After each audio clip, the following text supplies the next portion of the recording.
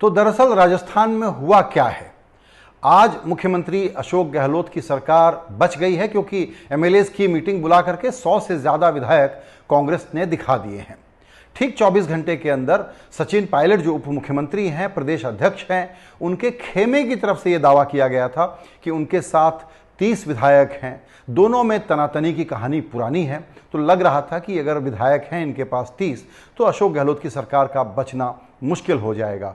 लेकिन आज वो सरकार बच गई है। तो क्या अशोक गहलोत पर खतरा टल गया है या अभी आगे की कहानी बाकी है? जैसा कहते हैं कि पिक्चर अभी बाकी हो सकती है।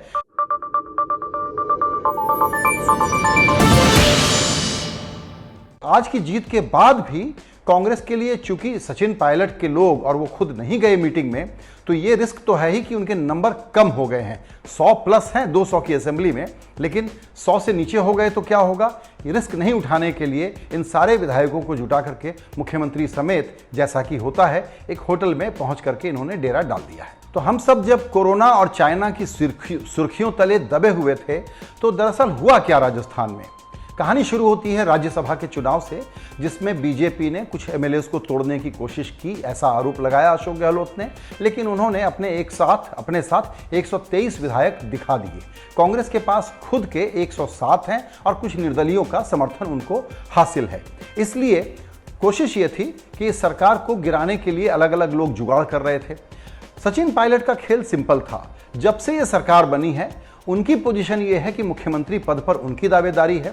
अब उप मुख्यमंत्री बनकर के वो काम कर रहे हैं, तो अशोक गहलोत उनको कॉन्फिडेंस में नहीं लेते। इसके अलावा उनको लगा कि एक न एक दिन उनको मुख्यमंत्री बनना चाहिए।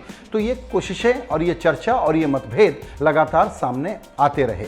दोनों में एक तरह से वो समझौता करा के सरकार में इनको ले तो आए, जब कांग्रेस पार्टी हाईकमान ने तय किया। लेकिन ये बेमेल शादी थी। ये जैसे कलह करने वाले दंपति होते हैं या दो भाइयों में लगातार झगड़ा चलता रहता है, उस हालत में ये सरकार लगातार चली है। और वहां पर इसका एक प्रेसिपिटेट एक्शन हो, ये कोई पहली बार नहीं है, दूसरी या तीसरी बार ऐसा हो रहा है। अभी जो ताज़ा एपिसोड है उसमें अब ऐसा लगता है, घटनाओं को देखें करीब से, वो ये कि शायद इस बार सरकार गिराने की किसी स्कीम पर काम हो रहा था और उसमें 2 लोगों को गिरफ्तार किया गया बाकायदा टेलीफोन की टैपिंग के जरिए, जो ये बात कर रहे थे कि कितने करोड़ रुपए दे करके कितने एमएलए आ जाएं तो मुख्यमंत्री बदला जा सकता है और मुख्यमंत्री बदल जाएगा तो बहुत पैसों की कमाई होगी।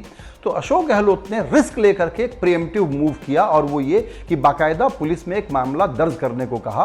और दर्ज होने के बाद मुख्यमंत्री, उप मुख्यमंत्री समेत 2-3 जो सरकार के शीर्ष पदों पर बैठे हैं, उन्हीं को नोटिसेस आ गई कि स्पेशल ऑपरेशंस ग्रुप उनसे पूछताछ करेगा। ये बात सचिन पायलट को नागवार गुजरी कि उन्हीं की पार्टी में उनको कटघरे में खड़ा किया जा रहा है। लेकिन अशोक गहलोत की स्क्रिप्ट रेडी थी। उन्होंने जाकर के हाईकमान को यह समझाया कि सरकार गिराने की कोशिश बीजेपी कर रही है, उसमें हमारे लोग मिले हुए हैं, पता नहीं क्या हो रहा है, हम इसकी जांच करते हैं। आपको लगता है कि किसी और को बनाने से सरकार बचेगी तो मैं हट जाता हूं। आला कमान ने यहां पर चुप्पी तो दिखाई, लेकिन एक तरह से उन्होंने बैक किया कि अशोक गहलोत को कि आपको जो ठीक लगता है वो करिए। तो अगर ये अशोक गहलोत ने प्रेसिपिटेट किया जो एक्शन हुआ है, तो सचिन पायलट की तरफ से शायद पूरा खेल तैयार नहीं हुआ था। बीजेपी से शायद उनकी बातचीत चल रही होगी, लेकिन मीटिंग के ठीक पहले उन्होंने ये साफ कर दिया कि बीजेपी में उनका जाने का कोई इरादा नहीं है। तो फिर इस गेम में बीजेपी कहां है?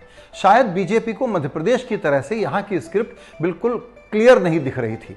उन्होंने ये सोचा होगा कि अगर पार्टी में झगड़ा होता है, सरकार गिरती है, तो इसमें हमारा कोई नुकसान तो है नहीं, तो सचिन पायलट अपना मूव जो है वो आगे बढ़ा लें। लेकिन उनको मुख्यमंत्री बनाएंगे क्या, इस पर कोई बातचीत नहीं हुई होगी।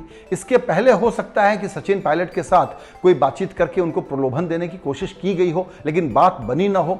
सचिन पायलट दरअसल यहां पर उनको वेल डिजर्विंग लगता है कि वो मुख्यमंत्री बने, क्योंकि यहां पर सरकार को जिता के लाने के लिए उन्होंने मेहनत बड़ी की थी।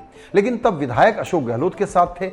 अशोक गहलोत, अगर सचिन पायलट छोटे क्षत्रप हैं, तो अशोक गहलोत को मानना पड़ेगा कि राजस्थान में वो बड़े क्षत्रप हैं। इसीलिए कांग्रेस पार्टी ने अंत में क्या कहा कि ये व्यक्तिगत प्रतिस्पर्धा वाजिब हो सकती है, लेकिन इसके आधार पर पार्टी के पॉलिटिकल फैसले नहीं हो सकते।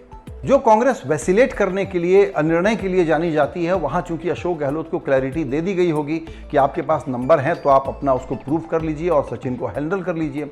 सचिन के पास पूरे नंबर नहीं रहे होंगे, इसीलिए बीजेपी ने शायद इस गेम में फुल्ली अपने आप को इन्वॉल्व नहीं किया। लेकिन एक घटना हुई, जब आज विधायकों की बैठक होनी थी उसी वक्त इनकम टैक्स की रेड हुई उन लोगों के यहां जिनको अशोक गहलोत का करीबी माना जाता है।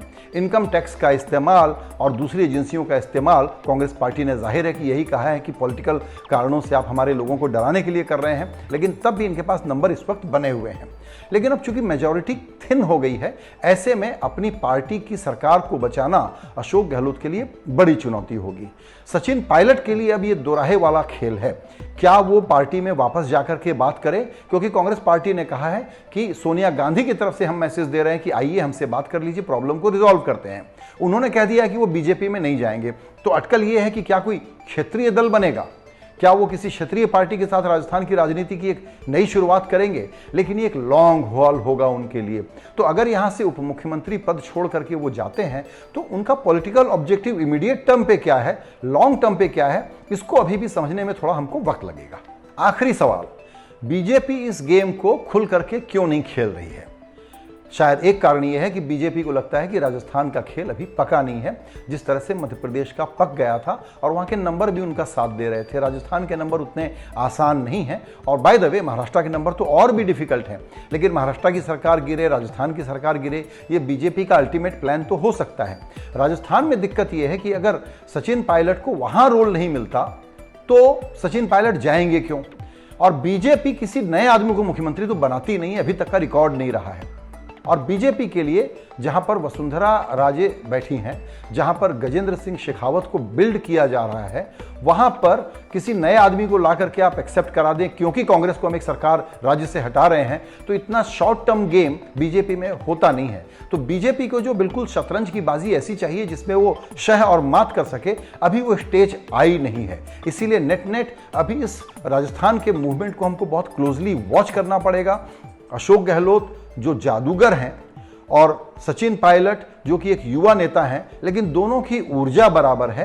राजनीतिक चतुराई में कहीं ना कहीं अशोक गहलोत का अनुभव एक दूसरे लेवल का है और कहीं ना कहीं सचिन पायलट इसमें एक इमोशनल डिसीजन लेते हुए दिख रहे हैं। क्या सुलह होगी, क्या नई पार्टी बनाएंगे, क्या बीजेपी के साथ अब कोई नई बातचीत और नया ऑपरेशन शुरू होगा? इन सवालों के जवाब का अभी भी हमको इंतजार करना पड़ेगा, क्योंकि जैसा कहते हैं राजनीति के कैलेंडर में कोई आखिरी तारीख नहीं होती।